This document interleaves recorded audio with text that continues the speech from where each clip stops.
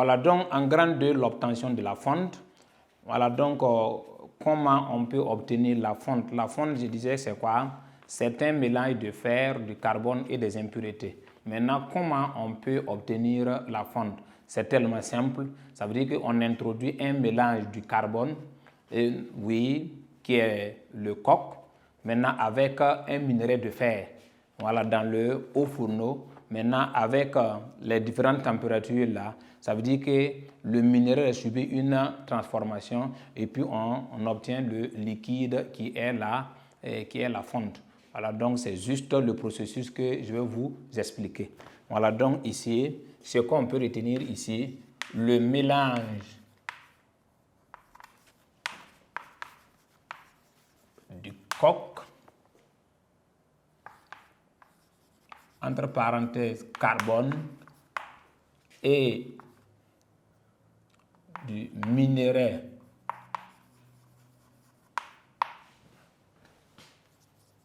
de fer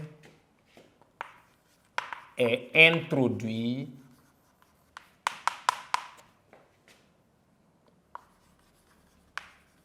dans la partie supérieure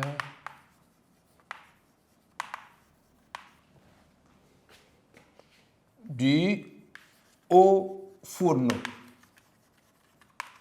Voilà, donc ça veut dire qu'on introduit le mélange du coke et du minerai de fer là dans la partie supérieure du haut fourneau. Maintenant, de l'air chaud est envoyé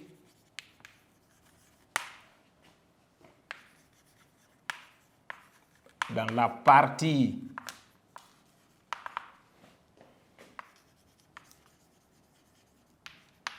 inférieure. Voilà, donc de l'air chaud est envoyé dans la partie inférieure. Le coke réagit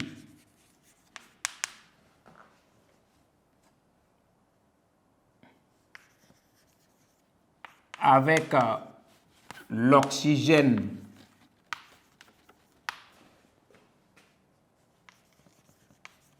de l'air pour donner le monoxyde de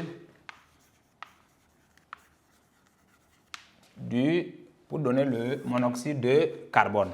Voilà, donc ça veut dire que le carbone qu'on a introduit là réagit avec l'oxygène de l'air là pour donner ce qu'on appelle le monoxyde de carbone, qui est utilisé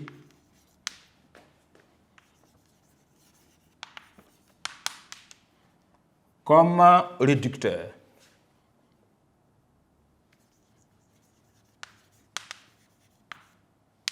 Voilà, donc pour cette fois-ci, pour pouvoir réduire, on va utiliser un réducteur qui est le monoxyde de carbone. C'est une équation que nous allons voir tout de suite. Donc ici, ce qu'on peut retenir, la fonte c'est quoi? C'est un mélange de carbone, de fer et des impuretés. Donc on va garder ça. La fonte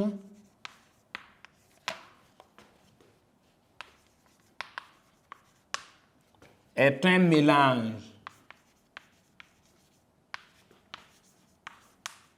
de fer,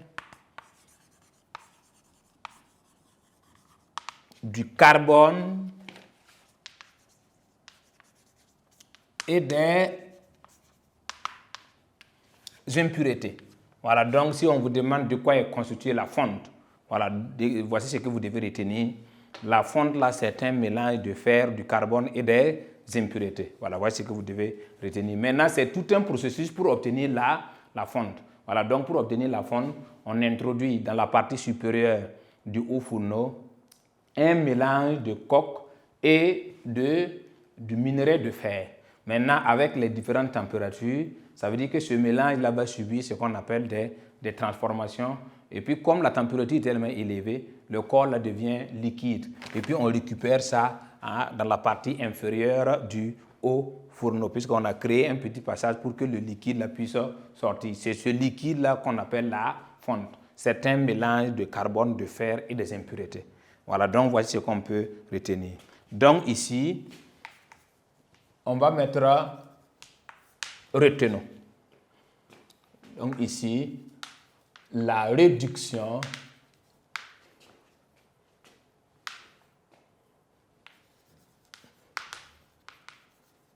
de l'oxyde ferrique se fait avec le monoxyde de carbone, d'où l'équation bilan suivante.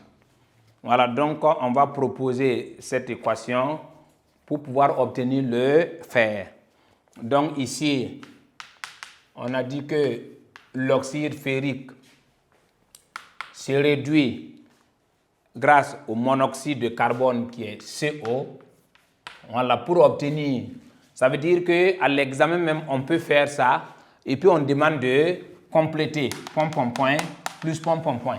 Voilà, donc un élève qui maîtrise son cours là, il sait que si ce corps-là se réduit, ça veut dire qu'il va perdre ses atomes d'oxygène pour qu'on puisse obtenir le fer. Voilà, donc voici, on a Fe, mais lui qui est le réducteur, là, puisqu'on a précisé ça en haut, voilà, donc on dit que la réduction de l'oxyde ferrique, ça c'est ce qu'on appelle l'oxyde ferrique, la réduction de l'oxyde ferrique se fait avec le monoxyde de carbone. Donc ça veut dire que le monoxyde de carbone, là, c'est le réducteur.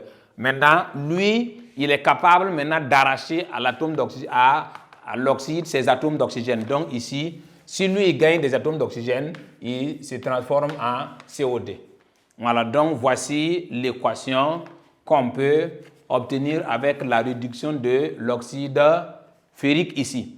Maintenant, pour équilibrer cette équation, il faut faire attention puisque ce n'est pas comme ce qu'on fait comme d'habitude. Voilà, donc ici, il faut faire attention. Pourquoi je dis ça? Parce que vous voyez que les deux là possèdent des atomes d'oxygène. Voilà, si les deux possèdent des atomes d'oxygène, en troisième, on trouve des astuces pour pouvoir équilibrer. Voilà, donc il ne faut pas commencer seulement à équilibrer les atomes d'oxygène. On a ici, oui, 3 plus 2, ça fait combien? Voilà, donc c'est un peu compliqué. Voilà, pour résoudre le problème, il faut bien suivre, ce n'est pas compliqué. Avant de commencer à équilibrer l'équation, ça veut dire que on va faire un petit jeu ici. Et ici, le coefficient de l'atome d'oxygène, ici, c'est combien? L'indice, là, c'est combien? C'est 3. Ici, l'indice, là, c'est combien? C'est 1. Donc, cet indice 3, là, je répète ça ici. Et puis, cet indice 1, là, je répète ça ici. Maintenant, je constate que non, le 1 n'est pas écrit. Voilà, donc, je fais ça d'abord avant de commencer à équilibrer. Sinon, ça ne marche pas. Voilà, donc, si moi je fais ça, le 1, on n'écrit pas. Voilà, donc, c'est tellement simple. Je reprends pour ceux qui ne comprennent pas. Voilà, donc ici, si moi je constate que les deux possèdent des atomes d'oxygène, voyez ce que je dois faire avant de commencer. Puisque les autres, là, il n'y avait pas ça. Ça veut dire que quand on prend, par exemple, les équations qu'on a vues là, c'est Fe2O3, voilà, plus Al donne. Vous voyez que les deux là ne possèdent pas des atomes d'oxygène. Voilà, donc si tu constates que les deux possèdent des atomes d'oxygène, ça veut dire que si tu veux commencer de façon simple comme on faisait là, ça ne va pas donner. Voilà, donc si tu constates que les deux possèdent des atomes d'oxygène, voici ce que vous devez procéder pour pouvoir équilibrer. C'est tellement simple. De toutes les façons, à la fin, on va proposer des équations de ce type-là et puis on va pouvoir équilibrer sans problème. Voilà, donc ici, je regarde d'abord les indices des atomes d'oxygène. Ici, l'indice là c'est 3. Ici, l'indice là c'est 1. Donc, l'indice 3 ici, je multiplie ici. Maintenant, l'indice 1, je multiplie ici. Voilà, ça c'est avant de commencer. Maintenant, le 1 n'est pas écrit. Donc, ça veut dire que je vais effacer le 1. Mais, tout en sachant qu'il y a, voilà, même si on efface, ça veut dire que tu mets à l'idée que non, il y a le 1 qui est là. Mais ça ne joue pas. Voilà, donc, maintenant, après, si tu fais ça maintenant, on peut commencer maintenant à équilibrer. Regardez maintenant, côté réactif. Côté réactif, on va commencer toujours par les atomes d'oxygène. Côté réactif, on a combien? On a 3 fois 1, on a 3 atomes d'oxygène, plus 3 ici. Donc, le tout, ça fait combien? 6. Ici, on a combien? Puisque ici, il n'y a pas d'atome d'oxygène. Donc, ici, c'est 2.